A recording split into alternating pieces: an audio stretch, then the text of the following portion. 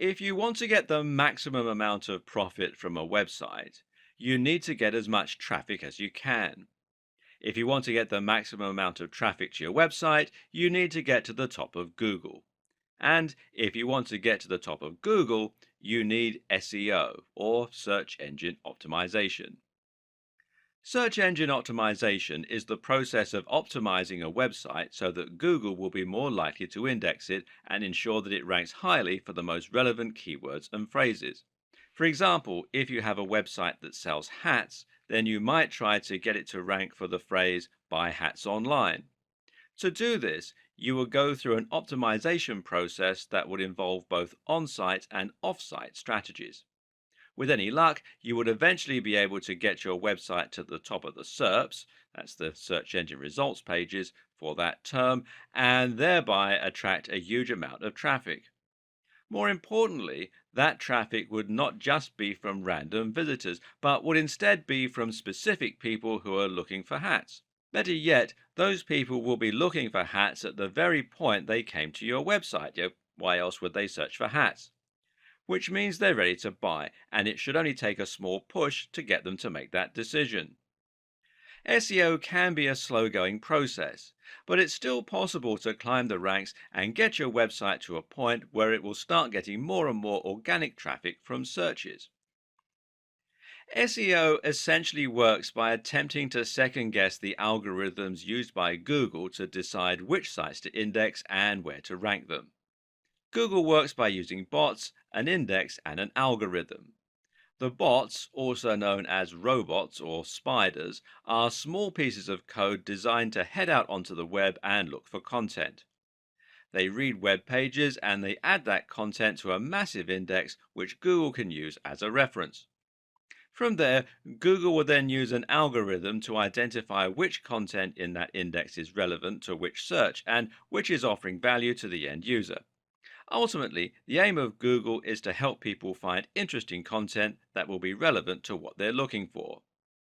This involves a lot of factors, and the algorithm will look at how many links the content has, how visitors behave on that website, and the use of key phrases within the content.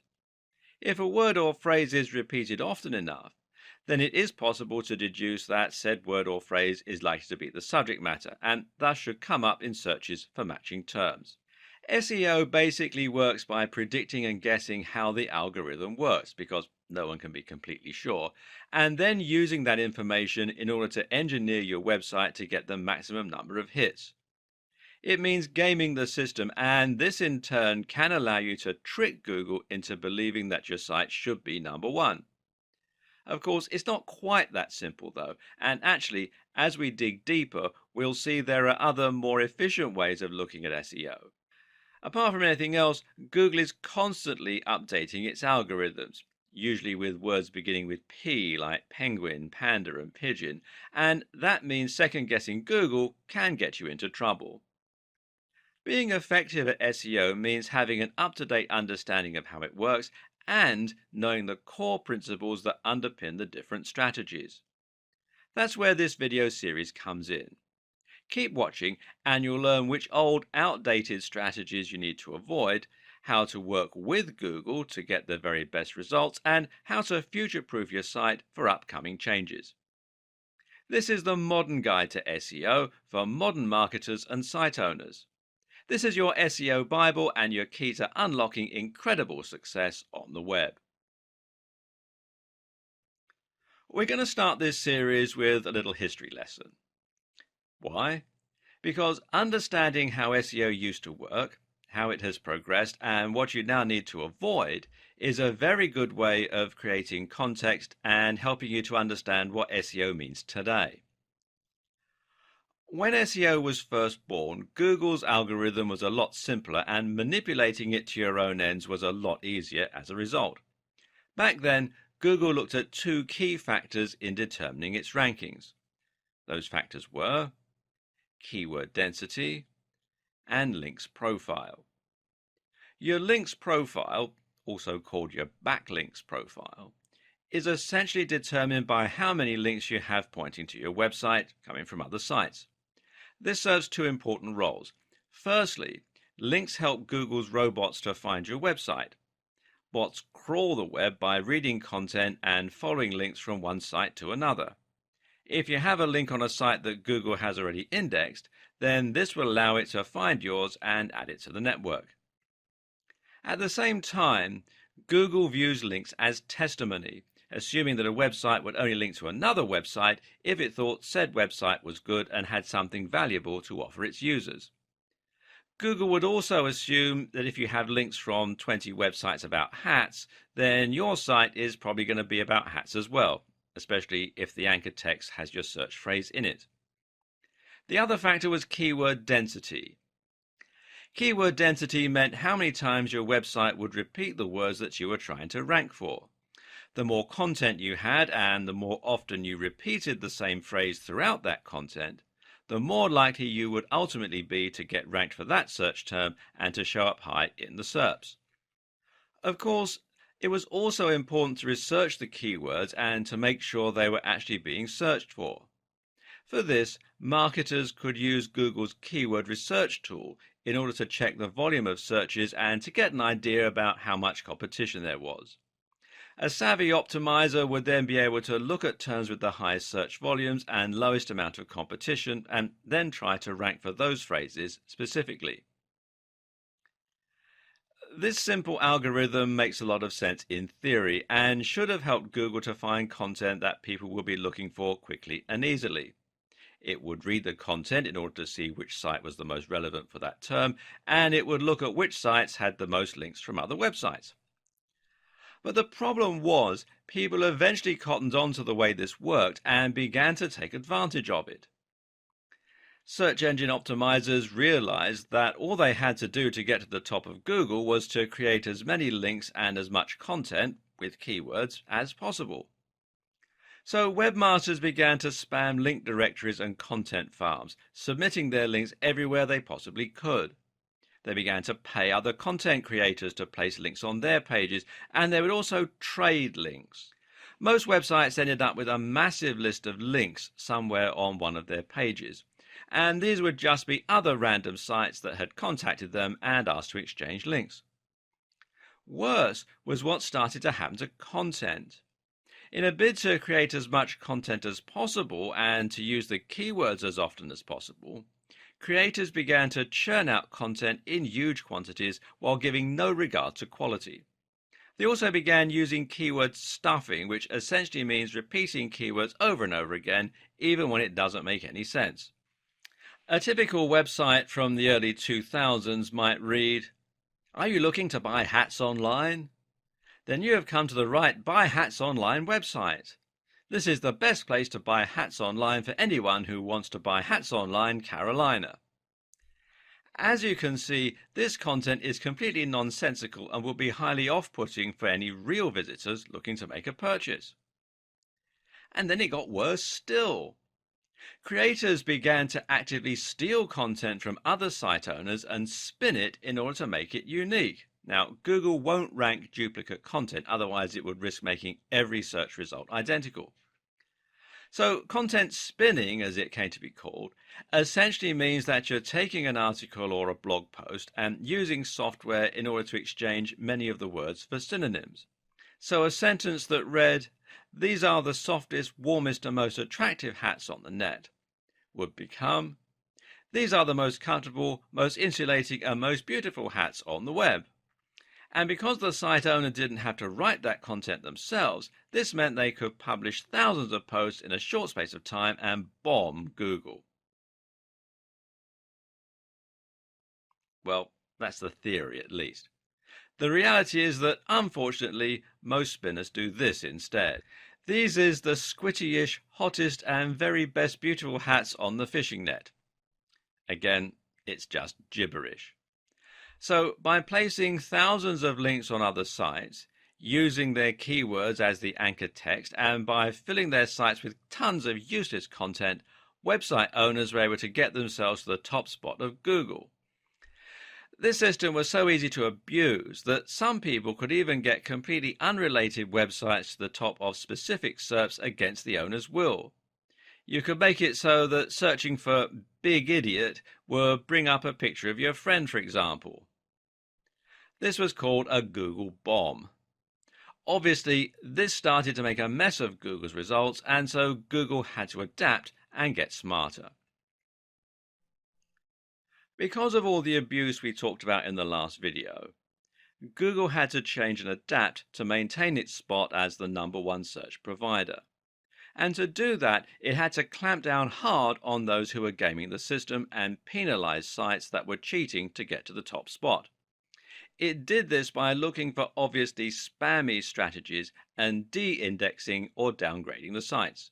So, sites with keywords in their URL no longer enjoyed the same advantage. Sites with huge numbers of inbound links from low quality websites were de-indexed. Sites caught buying links were de-indexed. Sites that stuffed keywords were severely punished. Sites that had lots of backlinks with the same anchor text were treated as highly suspect, and the list goes on and on. Meanwhile, Google started to show preference towards sites that were longer, that linked out to other quality resources which previously would have hurt your SEO, and more. These changes came in the form of algorithm updates, which had recognizable animal names and which got a lot of press from the internet marketing community at the time. These were Penguin, which was designed to reduce the effectiveness of unnatural backlinks, and Panda, which was designed to favor sites that looked high quality. Google doesn't want a website owner to be able to artificially climb its SERPs. Rather, Google wants websites to climb the ranks only when they're genuinely valuable and popular with the audience. It wants to see natural, organic links that you haven't paid for, and it wants to see deep, relevant, and interesting content. The old techniques that were once used to spam Google became known as black hat SEO, and the industry entered a dark period. It's hard to overstate just what the impact of these algorithms changes had on the SEO industry at the time, and on countless other industries as well. These changes ended up completely de-indexing massive websites overnight.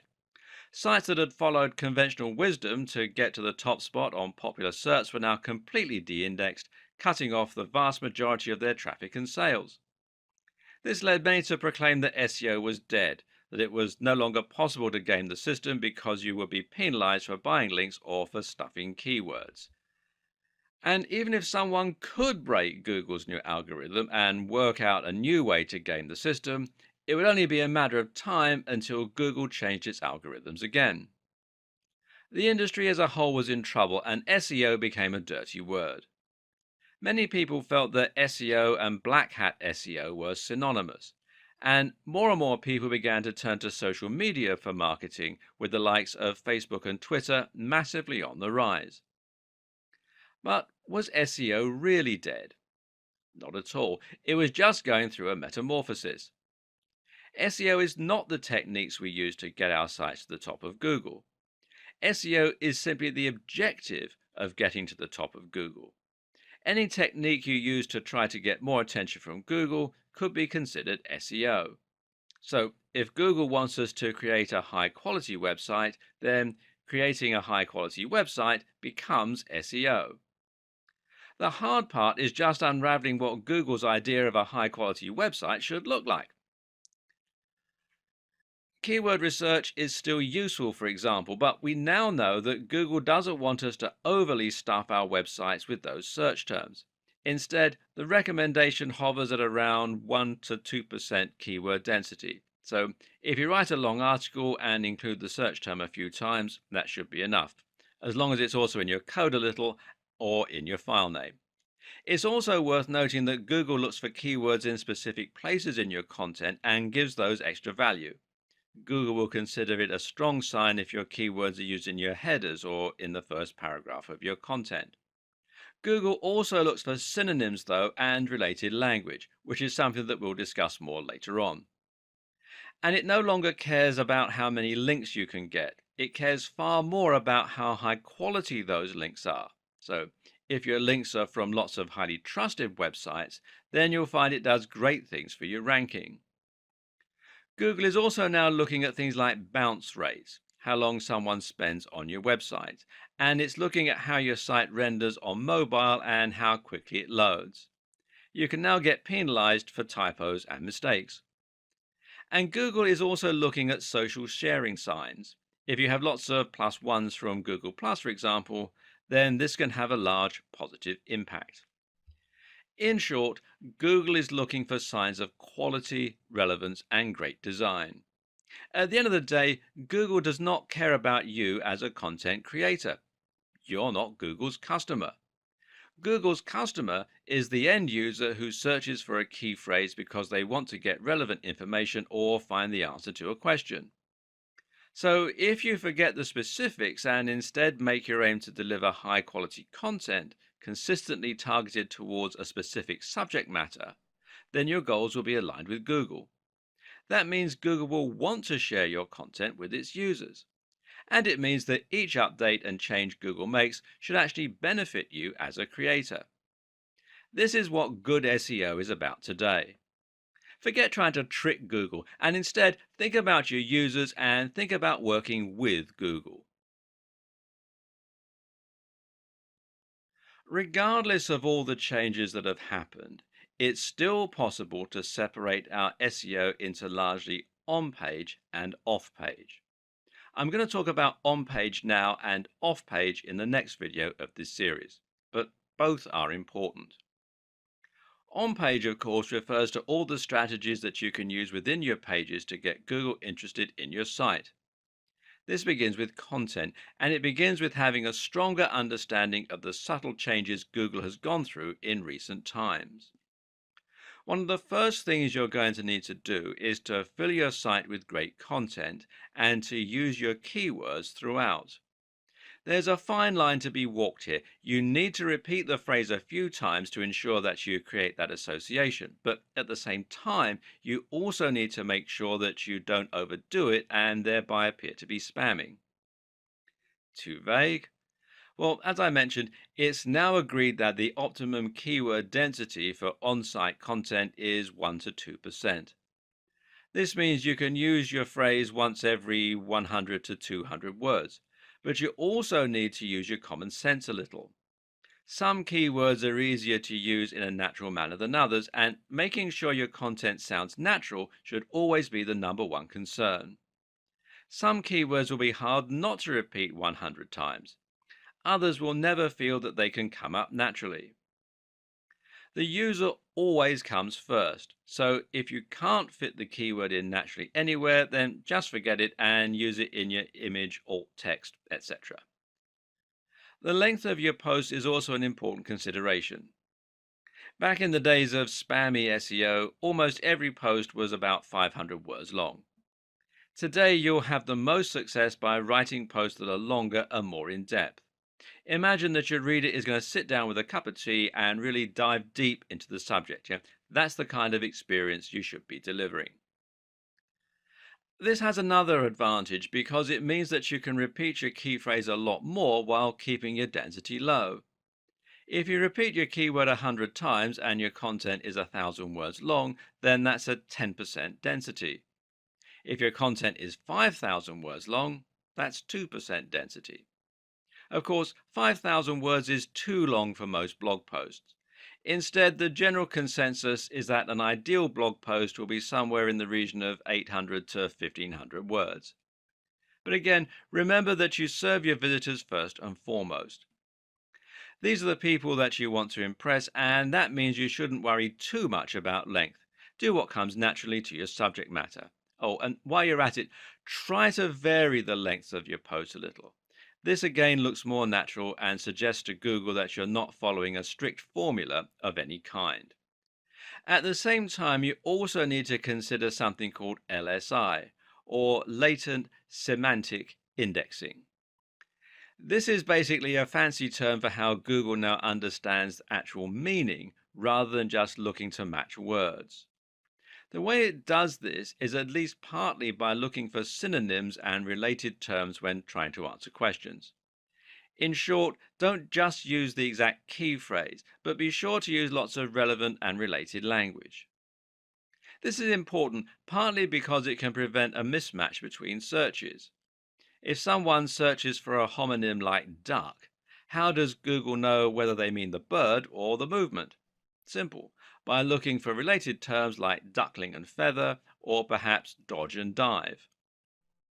At the same time, the use of synonyms and related language again shows Google that there is a lot of content revolving around the same topic. It's not just a case of having mentioned the search term a few times in an otherwise irrelevant piece of writing. So, if you're writing about bicep workouts, then you need to make sure to include lots of related language like arms, triceps, dumbbells, training, weightlifting, etc. Doing this will confirm the subject matter of your site and will look a lot more natural and useful than if you just use the phrase. And for the same reason, it can also be a good idea to use variations on your key phrase and to have secondary search terms. For example, if your key phrase is build massive arms, then you should also try to include the terms build big arms, build big biceps, get big biceps, etc. Google now knows that this means the same thing, but won't be as likely to penalize you for keyword stuffing. It also makes you look like a better writer for your visitors. Essentially, try to keep in mind that Google no longer works by trying to match the search terms exactly in your content. You can see this yourself when you search Google. Search get big arms, and many of the results that come up won't actually include those precise words. Likewise, linking out to relevant sources might help Google to better understand the topic of your pages and posts, while also demonstrating that you're trying to provide extra value to your visitors. On that same note, you should also look at rich snippets. Using structured data, you can highlight to Google certain key elements of your content, like recipes, dates, company names, scores, etc. This helps Google show some of that information in the SERPs, the search engine results pages, and thereby attracts more visitors to your site. There are plugins which will let you do this easily, or you can do it through meta tags. Either way, you'll use this to do things like highlighting the ingredients in a recipe, or the show times of a play, or the score in a review. This is important because it lets Google understand your content even better than it is already able to do. Google is no longer just a search engine, but rather an AI. This is the direction that Google is heading, and being able to understand and utilize this might just be the key to SEO success in the future. Right now, using structured data and rich snippets will allow information from your site to appear right in the SERPs. This way, if someone searches for a recipe, they'll be able to see the ingredients for your version before they even click on your link. This means your listing will take up more space and demonstrates the value of your site. In turn, this means you're going to attract more clicks than a site without that information. The next element of on-page optimization is the site design itself. Using breadcrumbs, for instance, can help a lot, as can using alt tags for your images so Google knows what they are. More important is the actual function of your website. Does the page load quickly? Is it mobile friendly? Mobile friendliness in particular is something you absolutely cannot ignore today. In terms of the actual design and function of your website, the main goals are to ensure that your site will load quickly and that it will look great on mobile. Again, this helps to keep people on your site longer because it will be enjoyable for them to be there. Avoid using too many plugins which will slow you down, and try not to inundate your visitors with adverts and popovers. Did you know that using light colors like light blues can actually help to keep people on the page longer by making them feel more relaxed? Consider this when picking your theme. Likewise, choose a theme that will adapt to the size of the display viewing it, and make sure you take advantage of things like caching to keep your site nippy. Themes that do this are called responsive insofar as they respond to the shape and size of the display they're being viewed on. This works by removing certain elements, by rearranging menus, etc., and by shrinking images.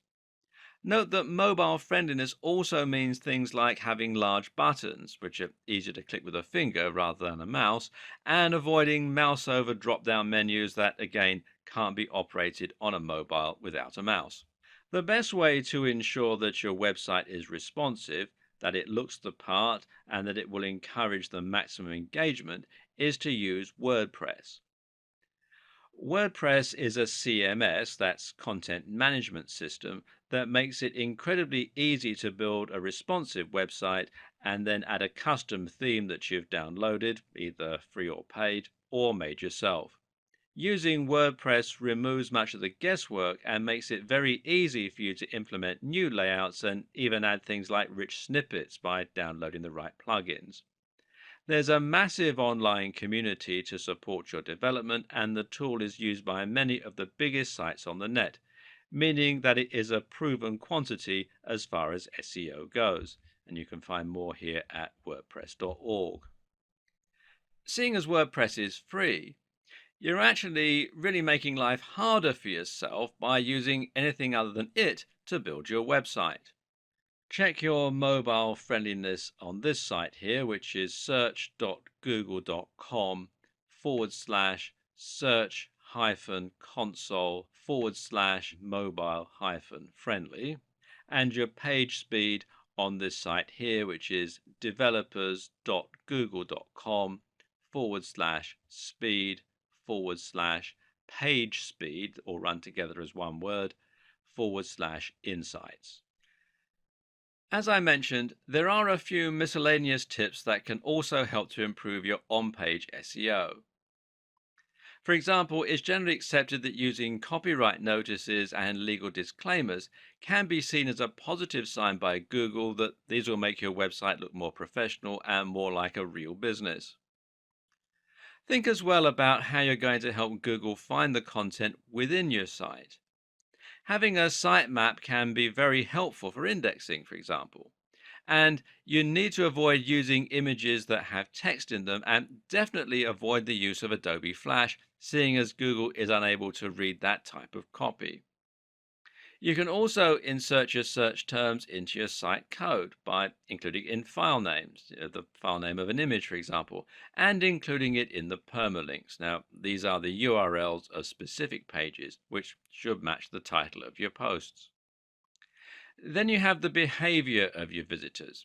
In other words, how long are your visitors staying on your page? Do they click a lot of internal links? Do they scroll down the page? Are they leaving comments? Google wants to see that your site is offering value to your visitors, and the best way they can do that is by looking to see if people are actually enjoying the content you've created. Your site design is all about getting your visitors to spend a long time on your page and then to interact with it. You can do this by using related posts and by making your comment section appear more interesting and easier to use. But you should also do it by simply ensuring that your site looks great, performs well, and is filled with interesting and relevant content. Try to avoid adverts or bad design elements that are going to instantly put people off and cause them to leave your website. Remember, Google wants to see that people are spending time on your website, and the best way you can ensure this happens is by making content that people want to read. Moreover, you need to ensure that content is presented in a way that encourages people to stick around. Forget dense blocks of text with no images. Instead, create content with lots of headers that's well spaced out and that uses large, beautiful pictures throughout. In terms of the actual writing, try to use a narrative structure where possible to really pull people in. Tell a story, use cliffhangers, and make it impossible for your visitors not to move down to the next line. Ultimately, it comes down to making sure you're providing the very best experience for your visitors, but doing so in such a way that Google can see and understand that that is the case. In the last video, we talked about the basic strategy you'll use for your on-page SEO. But what about link building? How has that changed in recent years? Once again, the key is to focus more on quality rather than quantity. If you once had 1,000 different links all coming from low quality websites, this could now actually stand to hurt your SEO, as it will look like link spam. If you've been guilty of using these old practices in the past, you might want to consider Google's link disavow tool, which you can find here at google.com webmasters/tools/disavow links main $PLI equals 1. And there is a posting on Google's blog which explains how the tool works and everything, and you can read more about that at support.google.com/webmasters/answer/2648487 HL equals EN. And what these tools do is it allows you to tell Google that you didn't ask for the low quality links and thereby prevent them from affecting your ranking. The fact that tools like this exist show that Google does still support good SEO, by the way. Once you've removed all your low quality links, you need to start looking for high quality links. Which ones are those? Simple. They're the ones that follow all of the advice that we gave in the last video on on-page SEO. These should be sites that are relevant to your niche stroke industry, but also ones filled with the very best quality content and which seem to have an entirely engaged user base. In other words, look for the very best sites in your niche. Make your site as good as theirs and then approach them for a link. The sites that Google will rank highest for a particular search term are the ones that appear the most relevant and that have the best content and the best design. At the same time, though, they will also be the ones that have the most trust. This means Google considers them an authoritative resource and expects the information on their site to be accurate and well written.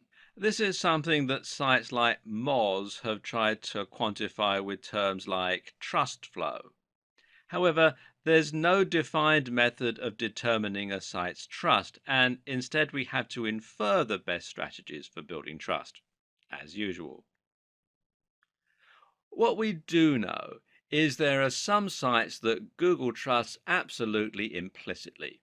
These are sites like harvard.edu, BBC News, etc. And how does it know it can trust them? Well, the current understanding is that Google will trust sites which either have a very well organized brand name, like the BBC or The Verge, or sites that have .edu or .gov domains. So, how can the rest of us thrive? Well, simple. We try to get links that come from those highly trusted resources. If you were able to get a link from BBC News, for example, this would absolutely transform your success. You would find you got hundreds of thousands of visits to your site simply from people clicking on your link, and this would result in hundreds or even thousands of dollars in AdSense and sales overnight. Meanwhile, if the content that was linked to was good, thousands of these people would post your link and share it. And more importantly, Google would sit up and take notice that the BBC had linked to your site. A highly trusted authority is linking to your site, suggesting that your site is also a highly trusted authority. This will be worth more to you than a million links you bought, traded, or posted on link directories. If you can't get a link from the BBC, then where can you get a link from that will have a similar result? Unfortunately for many of us, it's nearly impossible to get a response from a massive site like the BBC, unless perhaps we have a newsworthy story and a useful contact. And so we're going to have to look elsewhere. A good place to start is with the Google News section of the SERPs. If you search for something like election results during an election, then you'll find that a few results are highlighted at the top of the page with an image and a snippet of text, as you can see here.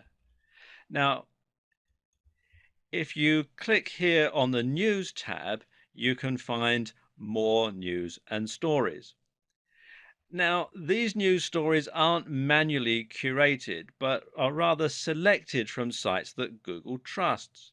If a site is in Google News, then it's a pretty sure sign that that site has made it, especially in a competitive niche. And thus it shows you exactly where you need to be getting your links from. If you can get links from any of these sites, then you're going to get almost the same boost as you would get from the BBC, although to a lesser degree. But how did these sites make it so big? Perhaps they got links from the BBC, in which case you're getting some of the benefit via their link to you. And the same thing would happen if they had a link from a site that had a link from the BBC. Try to think of this as a game of degrees of separation. You might struggle to get in touch with the very biggest authorities on the web, but if you can indirectly trace a link back to a big site, then you'll enjoy more love from Google the closer that relationship is. Chances are that you already know what the biggest sites in your niche are. These are the sites that are household names and that everyone goes to when they want information on your subject. Chances are they're also the same sites that end up in Google News. And because they're so big, they've probably got links coming in from other big sites. So, how do you get these big sites to answer you so that you can get some benefit from their links? And seeing as you're no longer allowed to buy links or do link swaps, how do you get them to link to you? Well, generally, the answer that most SEO experts recommend is using guest posts. A guest post is like a link swap, except that instead of swapping a link for a link, you're swapping free content for a link. Your job is to scope out sites that might be responsive to a message from you. Look at the type of content they publish and then write a post that's along the same lines. You then contact the site owner by email and show them your content, asking if they would like to publish it. The deal is that they can publish your post, but only if they include a link back to your site in exchange. They can do this by putting your link and bio in an author box, or they can do it by including your link naturally in the content of the article. By embedding the link this way, you make it look a lot more natural and you can send even stronger signals about the topic of your post. And remember that it's also highly important for the topics of sites linking to you to match the topic of your site. And this way, you're not only posting on a site you chose in your niche, but you're also filling it with a directly relevant post. This is a fantastic way to build links, but there are a few caveats. The first is that you still need to be careful. Matt Cutts, who used to work on Google Search, has made it clear that the overuse of guest posting can still lead to penalization. This is still a form of link manipulation. Likewise, you need to be careful about constantly using the same anchor text and generally being predictable. Mix it up. Finally, consider that it will still be hard to get an answer from top influencers in your niche. The solutions include making sure that your content and the site you're linking to are great quality so that the creator will be happy to be associated with them, delivering real value in the guest post, spending some time developing a relationship first, perhaps by sending some emails and maybe by leaving some comments on their blog, starting relatively small and working your way up. Look for blogs that are just ahead of yours. Each time you succeed, your site will get bigger and you'll be able to approach a slightly bigger influencer next time. Use your existing contacts. Maybe you have a friend who owns a blog. Network in person. And for making a big impact, nothing beats the power of actually meeting a blogger or a site owner in person and making a connection that way. Go to SEO networking events and generally don't be afraid to pick up the phone. A key lesson to apply to pretty much every aspect of SEO is not to get carried away when you find ideas that work. For example, just because quality is key, that doesn't mean that you need to disavow every low quality link and only ever build links from the top sites. Why? Well, you guessed it. It looks unnatural again and actually it looks like manipulation. Take a look at sites like the BBC and you'll see that they have a huge and highly diverse link profile. They'll have links from massive sites but also tiny spam sites. When a site is truly successful, it'll lose control over all of its links, and this can be useful to make your links profile as diverse as possible. And one of the very best ways to do this is with link bait. Link bait is an article you've written specifically to try and get as many links to it as possible. How? One answer is to make your article a powerful resource, meaning that it will become a place for people to learn a particular subject matter. An example of this is the excellent guide to testosterone published on the art of manliness. This post goes much more in depth than many similar blogs on the same subject, and as a result, countless other articles have linked to it as a resource. Another option is to create a post that will somehow support a discussion. A good example of this is the post How to Win an Argument with a Nutritionist, which includes links to studies that disprove outdated notions about nutrition. The article is perfect link bait because people will regularly use it in online arguments to prove their point. Finally, one more very useful strategy for your backlink strategy is to perform backlink research for other sites. Look at your competition and look at which sites have got the most traffic in your niche. Then, once you've found which ones those are, try to get links from the same site. Not only does this method ensure that you're going after the right links that have a proven track record, but it also helps you to find links that are likely to allow guest posts. Good SEO means forgetting SEO and concentrating on your user. It also means forgetting SEO insofar as you're going to be trying to merge your different marketing strategies to create one bigger approach. It means trying to write amazing posts and share them on SEO so that you get more links, and it means writing great content that keeps people on your page longer. Stop thinking in terms of SEO and social media marketing, and instead think about your SEO in terms of content marketing.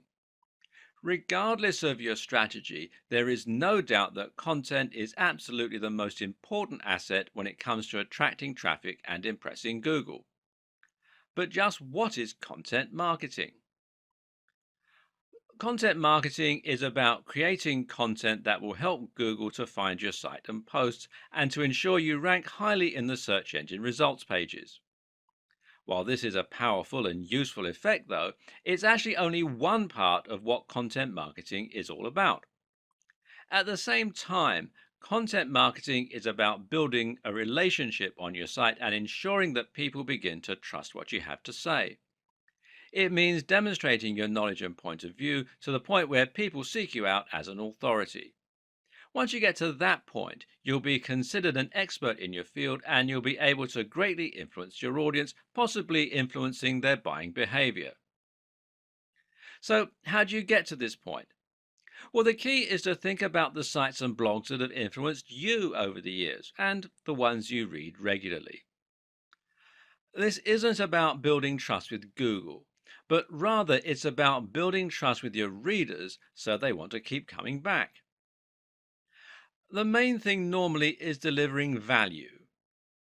Each post you create for your blog should provide some useful and/or interesting information that is actionable. At the same time, it should offer something that isn't available elsewhere, and it should be in-depth and comprehensive. This differentness is incredibly important and is something that all too frequently gets overlooked. If you're trying to stand out in a crowded niche, say the fitness niche, then it's not enough to simply write posts on how to get abs or how to lose weight. There are countless articles out there with the exact same title and subject matter. Instead, you need to concentrate on offering something that will be different, which might mean writing about an entirely new training method, or it might mean writing about something that examines the psychological motivation to train. Always ask yourself, would you read that content? Meanwhile, you need to be consistent in posting this kind of content, and you need to be smart with your branding. Your brand needs to evoke your mission statement and your ethos. People should know from your website design and logo alone exactly what kind of subject matter you're likely to deal in and what they can expect from your site. This is also how you can build brand recognition and a consistent image across different forms of marketing, including on different forms of social media. Write for a specific type of person and try to make your brand into a movement with a clear objective. That way, people can actually get excited about you and will really get behind what you're trying to do. But the main goal is to offer consistent value and to become a source that people can start to trust. That way, when someone searches for an answer to a question, they might read your post and be impressed. If you then come up in the search results again, they might recognize you and be more likely to click your listing over the rest. Then they might decide to look around the rest of your content after they've been impressed a few times. Eventually, you'll become their go-to source for answers in your niche. Well done. You just won at content marketing. The key is to consistently deliver value so that people come to your site for answers. And this is also, ironically, what will get other good sites to link to your site. This is the perfect example of emergent SEO. In this case, you're working with Google by writing amazing quality content, and Google is rewarding you.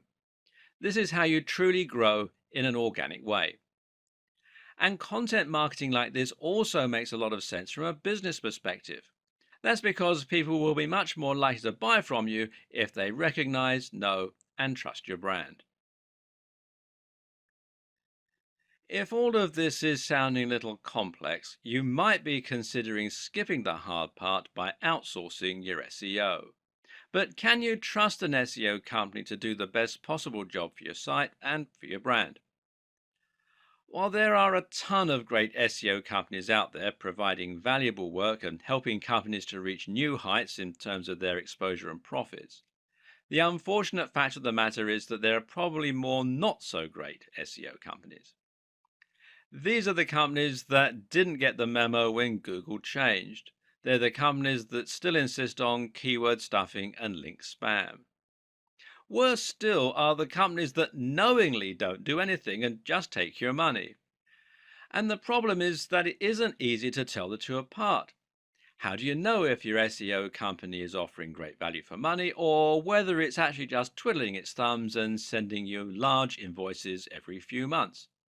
Now, this isn't a problem you face with most other industries. If you hire someone to paint your fence, then at the end of the day, you can see the work they're doing and you can decide for yourself if you're getting your money's worth. Ultimately, your fence is either going to be painted or it isn't. There are no half measures. The same is true for cleaning companies and marketing consultants and for accountants. But when you hire someone to do SEO, you actually can't see the results right away.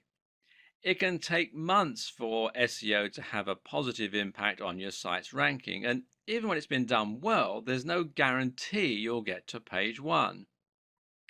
And worse, most people don't have a comprehensive knowledge of SEO, and so they don't know what the companies should be doing to help them get the best results. How can you check on someone if you don't know what they're meant to be doing? In fact, even if you handle SEO yourself, it can still be hard to know if it's working or not. There are some metrics and tools you can use to measure how well your site is doing, though, and I'll talk about them in the next video. Because some SEO tactics take a while to bring traffic to your site, sometimes it's hard to track whether your SEO campaign is working or not, especially if you're outsourcing the process to an SEO company. One thing you can do, though, is to ask the SEO company to provide you with the metrics regarding the SEO campaign, and some of these metrics can be more useful than others. You can ask for the number of links that have been built, for instance. Ask for the page rank of the pages where those links have been built, although page rank is now largely a depreciated measure. And use everything you've learned in this video series to ensure that those are high quality links and not just link spam. You need to think about long-term results, not a short-term boost. And you can track changes in your position in the SERPs, that's the search engine results pages. Many SEO companies will use tracking software which lets them see your site climbing the rankings for different terms over time. They can use these to deliver you a report showing how your site has climbed since their intervention. If you're handling your own SEO, you might still choose to use a tracking tool in order to keep an eye on your success over time and ensure that your efforts are getting results. But what does any of this tell you? Because here's something else to consider. Getting to the top of Google is not the end goal. Even if you get to the top of Google, there's no guarantee this will bring more profits for your business because you need to ensure that the people finding your content are targeted and that those people are converting. Or to put it another way, all that really matters is the bottom line.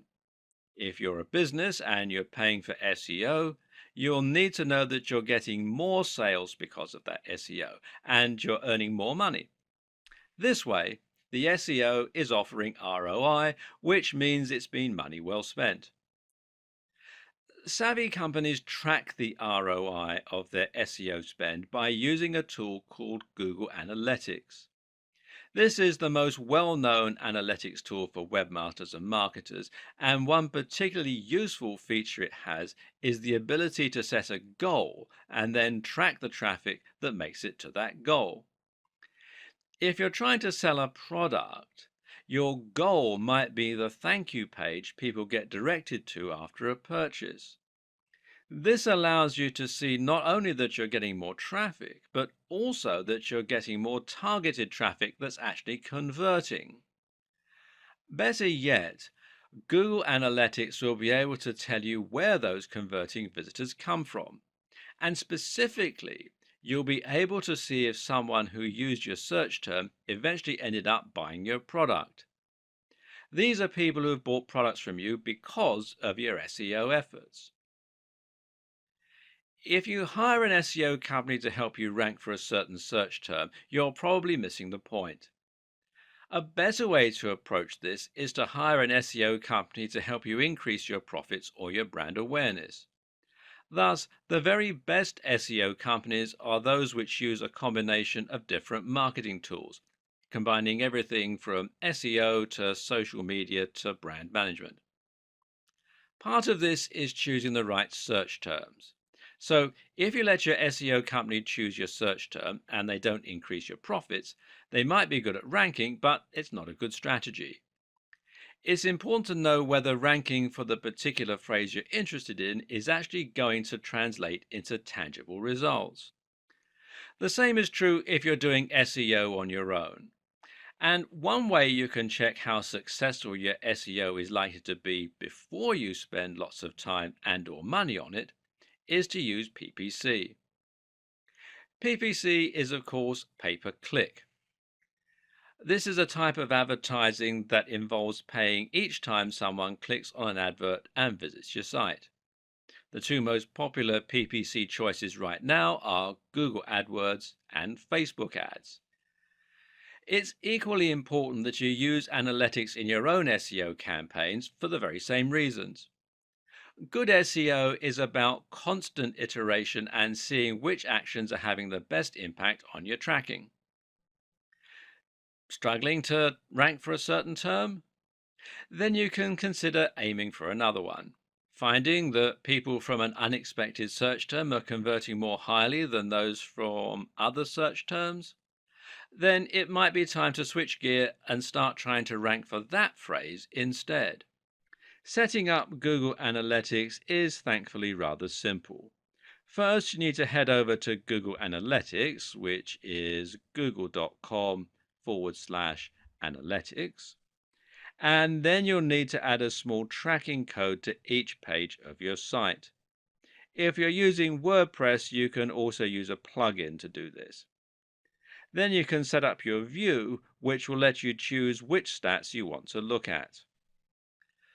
Some useful things to look at here are your audience overview, and this is key data regarding who is looking at your site, which can help you to better target specific demographics. acquisition, this is where your traffic's coming from, real time, which shows you how many people are on your site right now, and the aforementioned goals. With what we've covered so far, you should now know everything you need to know in order to begin a modern and effective SEO campaign. The problem, though, is that, as we've already mentioned, SEO is something that is constantly evolving and changing. We already know that Google has a lot planned for its search algorithm in the future. And the first big change we can expect to see going forward is the introduction of a real time algorithm. This means any changes made to your site's SEO might be reflected immediately in the search results. This is expected to affect Penguin predominantly, which means it will have the biggest influence on inbound links and whether your backlink profile is mainly made up of high quality links or spam.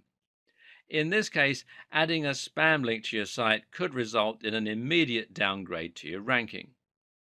Likewise, though, the reverse could also be true. Using the disavow tool could help you to see an immediate recovery, while a very good link could result in an immediate boost to your site. It's also not too much of a stretch to expect that in future we might see this start to apply to other aspects of SEO, including the ranking of sites and pages. We already see newspaper stories appear very quickly in Google's search results. So, what should you do to make sure that you'll benefit from these changes? How can you future proof your site in this regard? Well, one tip will be to stay on top of your links disavowing and to make sure you're constantly adding links and removing the unnecessary ones. In the future, bigger sites may need to have a whole dedicated team working on keeping their links profile healthy around the clock. Likewise, make sure to keep updating your site regularly and to keep the date as a schema in all your content. One good way to know what's coming in the world of SEO is to keep your eyes peeled to industry news sites and specifically to Google's own blog. Another is to think about the direction that Google is heading in and to try and guess what its larger plans are. And right now, everything is pointing towards a heavy investment in voice search and AI. Google is not just a search tool. With the capability of reading and understanding human language, Google is an AI. And what's more, it's shaping the way we develop our content, whether we like it or not. And it is embracing this more and more with each new update and each new product. Google Now is the name of Google's assistant service that combines search, digital assistant, and all the data that Google collects about us into one incredible tool. This is the real reason Google had to move towards latent semantic indexing. It needed to understand the content rather than just look for matches. And this is why Google needed to start using rich snippets and structured data so that it could understand the key facts from the web. This is what allows Google to use its quick answers box. Ask Google, how old is Barack Obama? And it won't just bring up a website, it will tell you. And Google also has localization and previous query functions. These allow it to suggest searches based on what you had previously searched for. For example, if you often research a particular celebrity, then in the future, Google might recommend searches relating to that celebrity. Google's personalized search also takes this into account, while its local search ensures that it will also be able to find results that are relevant to the area you're in. All of this combines when you use Google Now via voice search through Google Allo or Google's new Pixel phones. Here, you're able to conversationally ask Google what time it is, what the highest mountain in the world is, how high is it exactly, all that sort of stuff. This is the direction that Google is moving in, but what does it mean for the future of SEO? Will creators miss out when Google starts providing visitors with answers without them needing to visit our pages? For now, creators can start to focus on the Google Knowledge Graph, which is what powers many of the more complex components on the SERPs. Use semantic markups to ensure that Google will be able to find the answers to your questions. Build authority so that Google will know to trust your site, and try to use nouns in your language to make it machine readable. Being featured in Wikipedia is also thought to be useful for KGO, that's knowledge graph optimization. Linking out to quality resources is also thought to be good for your KGO. Will you gain visitors from being featured in the knowledge graph? Well, perhaps not. But this is certainly an indication that you've gained Google's trust, and that can do a lot to help improve your brand awareness and to gain more trust from the users as well. For those reasons, it's certainly a worthy goal. We've covered an awful lot of ground and even speculated at what the future of SEO might entail. At this point, you may be wondering where to start and how to put everything you've learned into action. So let's simplify for a moment, shall we? Here are our key takeaways. First off, Google is getting smarter to the point of becoming an AI with a lot of personal information about its users. Google is increasingly understanding what content actually means rather than just what it says. You should not try to trick Google. Work with Google to provide your users with the most relevant, well informed, and entertaining answers to their questions. Prove that you are trustworthy by connecting as closely as possible to high authority sites. Use structured data to further explain your posts. Don't keyword stuff. Write naturally using synonyms, relevant terms, and lots of nouns. Build a brand and focus on consistent quality. Post regularly and build the trust of your users with content marketing. Use guest posts and aim for the sites that have Google's trust already. Think of SEO as one small part of a much more cohesive marketing strategy. Combine excellent posts with social sharing and link bait. And finally, measure and monitor what is working and update your strategy on the fly. Another tip is to make sure you do your research and examine which terms to target before you set out. But even more important than that is to choose the right niche. This means picking a niche that has a large enough appeal to give you a big market, but at the same time, it means picking a niche that won't be too competitive for you to make any dent in. Look for subject matters that cater to a specific audience and that people can really get passionate about. And make sure that you are passionate about it too, because when you really love what you're writing about, all the high quality content, all the great connections, and all the consistency really come to the fore. Stop looking for quick wins and focus on building a trustworthy brand filled with incredible information. If you do that and you do just the smallest bit of marketing to give yourself a push, then Google's algorithm should do the rest and reward your enthusiasm.